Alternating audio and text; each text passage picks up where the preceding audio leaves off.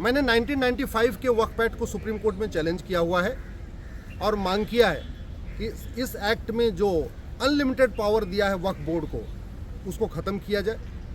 मैंने अपनी याचिका में ये भी कहा है कि हिंदुओं के पास अपना मंदिर चलाने के लिए बोर्ड तो है, लेकिन उसके पास वक्फ बोर्ड जैसी पावर नहीं है। और वक्फ ट्रिब्यूनल तो जैसे वक्फ ट्रिब्यूनल है, ऐसा हिंदुओं के पास कोई ट्रिब्यूनल नहीं है। हमने ये भी मांग किया है कि जो ज़मीन का मुकदमा है वो कोर्ट में ही चलना चाहिए, वो सिविल कोर्ट में ही चलना चाहिए, न कि किसी ट्रिब्यूनल में चलना चाहिए, किसी बोर्ड के सामने चलना चाहिए। आज भी ये जो कानून बदला है, नया कानून तो आ गया है वक्फ एक्ट, लेकिन आज भी इसमें जो सर्वेयर है, वक्फ प्रॉपर्टी का सर्वे करने वाला, उसके पास अनलिमिटेड पावर है। दूसरी बात, अमेंडमेंट के बाद जो सरकारी ज़मीन है उस पे तो सरकार उसको वापस ले सकती है, लेकिन जो प्राइवेट प्रॉपर्टी थी हिंदुओं की या जैन की, बौद्ध की, सिख की, पारसी की, जिस पे वक्फ बोर्ड ने कब्जा किया हुआ था, उसके लिए अभी भी हिंदू, जैन, बौद्ध, सिख को वक्फ ट्रिब्यूनल के सामने जाना पड़ेगा, जो अनकॉन्स्टिट्यूशनल है। क्योंकि संविधान तो वन नेशन वन कोर्ट की बात करता है, one nation one justice system की बात करता है। संविधान में बहुत साफ साफ लिखा हुआ है कि जो ज़मीन का विवाद होगा वो बाकायदा डिस्ट्रिक्ट कोर्ट में चलेगा, फिर उसके बाद हाई कोर्ट जाएगा, फिर सुप्रीम कोर्ट जाएगा।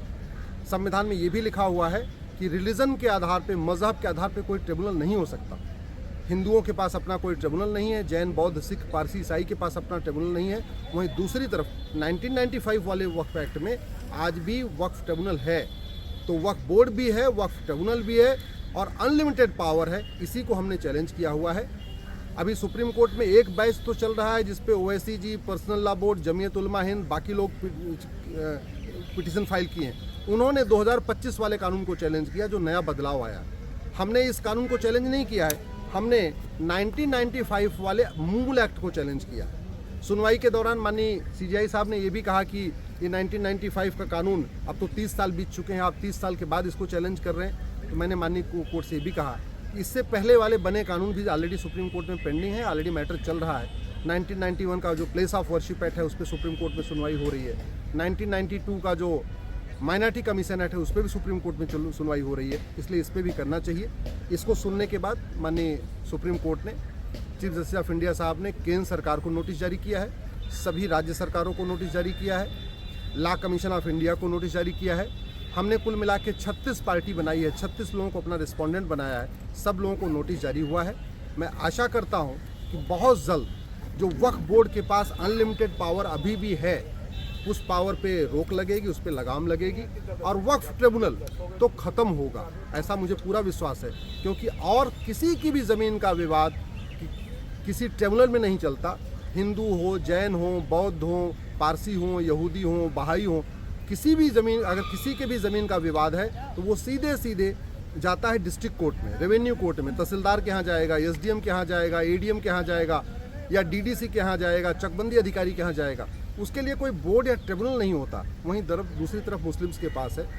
हमने ये भी मांग किया है कि 1947 में जो ज़मीन खाली हुई थी, जो लोग यहाँ से पाकिस्तान गए और पाकिस्तान जाने के बाद जो उनकी ज़मीन खाली हुई, उस ज़मीन पे वक्फ बोर्ड ने कब्जा कर लिया।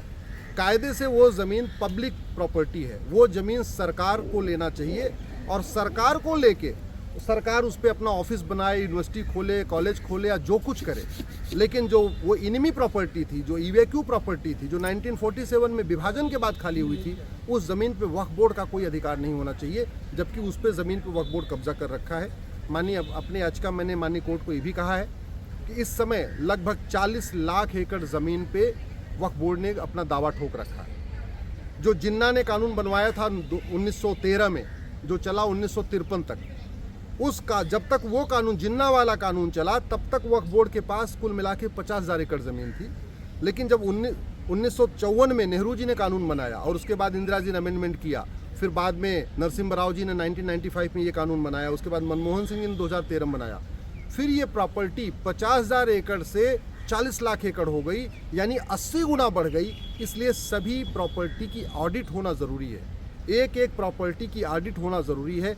ऐसे नहीं कर सकते कि ठीक है अभी तक जितना मामला जो हो गया सो हो गया, आगे से हम ऑडिट करेंगे, ऐसा नहीं है।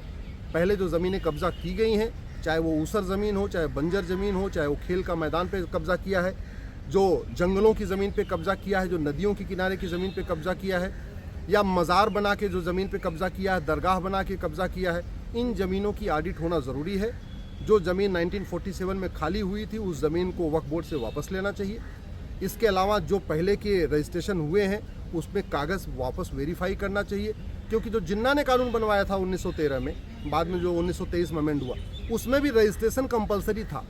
तो सवाल यही है कि अगर हिंदू, जैन, बौद्ध, सिख, पारसी, ईसाई, यहूदी भाई अगर कुछ दान करते थे तो वो रजिस्ट्रेशन करवा रहे थे, तो मुस्लिम्स ने जो वक्फ को वक्फ किया उन्होंने रजिस्ट्रेशन क्यों नहीं करवाया, जबकि उनका कानून तो 1913 से चल रहा था। जो जिन्ना ने बनवाया था उसमें भी रजिस्ट्रेशन का प्रावधान था, उसको भी हमने चैलेंज किया हुआ है।